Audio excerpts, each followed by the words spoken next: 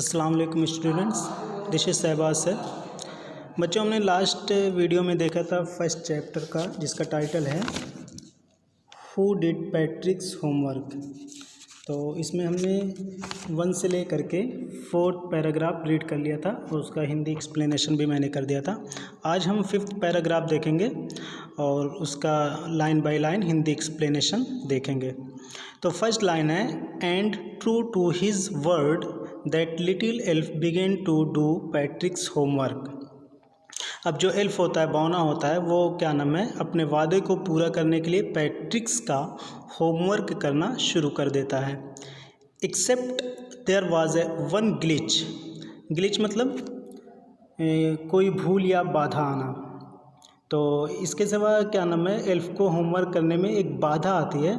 The elf didn't always know what to do and he needed help. अब क्या नाम है, एल्फ को हमेशा पता नहीं होता है कि उसको क्या करना है, उसको हमेशा मदद की ज़रूरत पड़ती है। हेल्प मी ही हैड से, वो हमेशा मदद के लिए बोलता रहता है। And Patricks would have to help in whatever way, और पैट्रिक्स को उसकी मदद हमेशा करनी पड़ती थी। I don't know this word. अब एल्फ क्या बोल रहा है, मैं इस शब्द को नहीं जानता। The elf स्क्विक्ड। स्क्विक्ड मतलब होता है अंदर ही अंदर क्या नाम, भिनभिनाहट की आवाज़, जो चूँ चूँ की आवाज़ होती है, उसी को स्क्विक्ड बोलते हैं। तो जो बौना होता है स्क्विक्ड करता है वाइल रीडिंग पैट्रिक्स होमवर्क। किस समय, जब वो क्या नाम है, पैट्रिक्स के होमवर्क को रीड करता है तो धीमी धीमी आवाज़ में बोलता है, मैं इस वर्ड को नहीं जानता। गेट मी अ डिक्शनरी, मुझे एक डिक्शनरी ला कर दो। No, what's even better, look up the word and sound it out by each letter. अब बोलता नहीं पैट्रिक्स, तुम एक एक वर्ड को ढूंढो और उसको साउंडली मुझे प्रोनाउंसिएशन करके बताओ। When it came to maths Patricks was out of luck. जब मैथ की बारी आती है तो यहाँ पे पैट्रिक्स आउट ऑफ लक हो जाता है। What are time tables, the elf shrieked. Shrieked मतलब होता है चीख, चिल्लाना। तो जब एल्फ मैथ करने बैठता है तो यहाँ पे पैट्रिक्स क्या हो जाता है, आउट ऑफ लक हो जाता है। अब ये एल्फ बोलता है what are time tables, time tables क्या है। We elves never need that, हम दोनों को इसकी कभी ज़रूरत ही नहीं पड़ी। किसकी, यानी कि मैथ की या टाइम टेबल्स की। And addition and subtraction and division and fractions, यानी हमको जोड़ घटाव भाग गुणा की कभी ज़रूरत ही नहीं पड़ी। Here sit down beside me, you simply must guide me. यहाँ आओ, मेरे बाजू में बैठ जाओ और सिंपली मुझे गाइड करो, क्या करना है। Elves know nothing of human history. बौने जो होते हैं वो कभी ह्यूमन की हिस्ट्री नहीं जानते हैं। To them it's a mystery, उनके लिए ह्यूमन की जो ज़िंदगी होती है वो एक रहस्य है। So the little elf already अ शाउटर, तो जो छोटा बौना होता है वो चिल्लाता है। जस्ट गॉट लाउडर, और भी ज़्यादा चिल्लाता है। Go to the library, library जाओ। आई नीड बुक्स, मुझे किताबों की ज़रूरत है। मोर एंड मोर बुक्स, और भी किताबों की ज़रूरत है।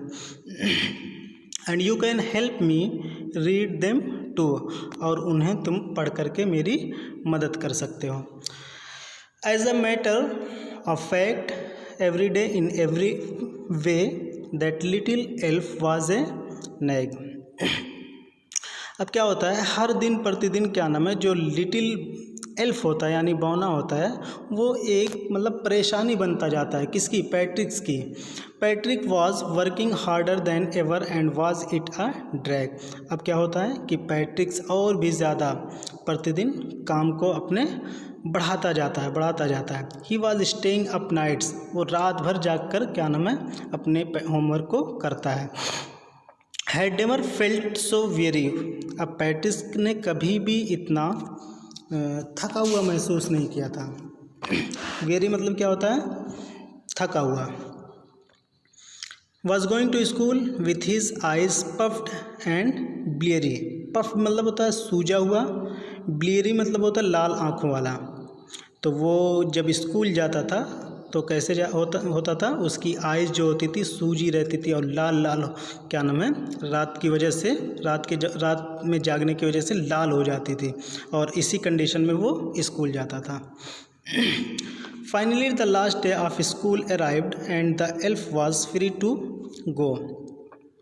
अब फाइनली लास्ट दिन ऐसा आया जब स्कूल जाने का वक्त आया और elf was free to go, और एल्फ भी बौना भी जाने के लिए आज़ाद हो गया था। As for homework there was no more. अब क्या नाम है, होमवर्क उसने कर दिया था तो इसलिए उसको कोई काम रह नहीं गया था, वो रहना भी नहीं चाहता था। So he quietly and slyly slipped out the back door.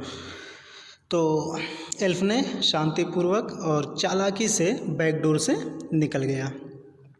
Patrick caught his as his classmates were amazed. अब पैट्रिक को क्लास में ए ग्रेड मिलता है, जिससे उसके क्लासमेट क्या हो जाते हैं, अचंभित हो जाते हैं। His teachers smiled and were full of praise.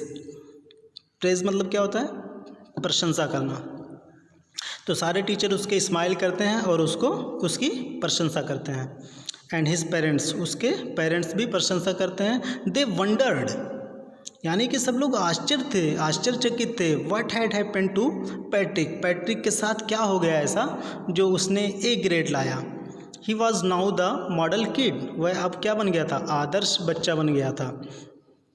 Cleaned his rooms, अपने रूम को भी साफ करता था। डिड हिज कोर्स, और अपने घर के काम को भी करता था। वाज चीयरफुल, यानी एनर्जेटिक एकदम हो गया था। नेवर र्यूड, किसी से भी र्यूड बिहेवियर नहीं करता था। Like he had developed a whole new attitude.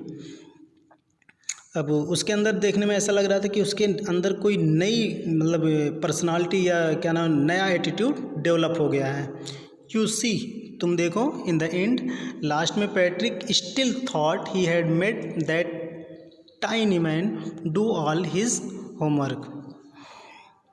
अब लास्ट में पैट्रिक ये सोचता था कि मतलब टाइनी जो होता है उसी ने होमवर्क को पूरा किया था। But I will share a secret, लेकिन अब यहाँ पे एक सीक्रेट शेयर करूँगा मैं, just between you and me, जो आपके और मेरे दरमियान होगा। It was not the elf, Patrick had done it himself, यानी कि जो होमवर्क था वो एल्फ ने नहीं किया था, बल्कि किसने किया था, पैट्रिक्स ने खुद इसको किया था। अब कैसे किया था हम बता दें, क्योंकि जब एल्फ को कुछ पता ही नहीं होता था और पैट्रिक्स की वो हमेशा मदद लेता था, तब जाके कंप्लीट होता था होमवर्क। तो इसका मतलब ये है कि एल्फ ने सिर्फ हेल्प लेकर पैट्रिक्स का होमवर्क कंप्लीट किया था। यानी इनडायरेक्टली होमवर्क किसने कंप्लीट किया, पैट्रिक्स ने ही सारे होमवर्क को कंप्लीट किया। तो बच्चों, आई होप्स की कहानी स्टोरी आपको समझ में आई होगी। अब नेक्स्ट टाइम हम क्वेश्चन आंसर पे आएंगे। सो तब तक के लिए अल्लाह हाफिज़।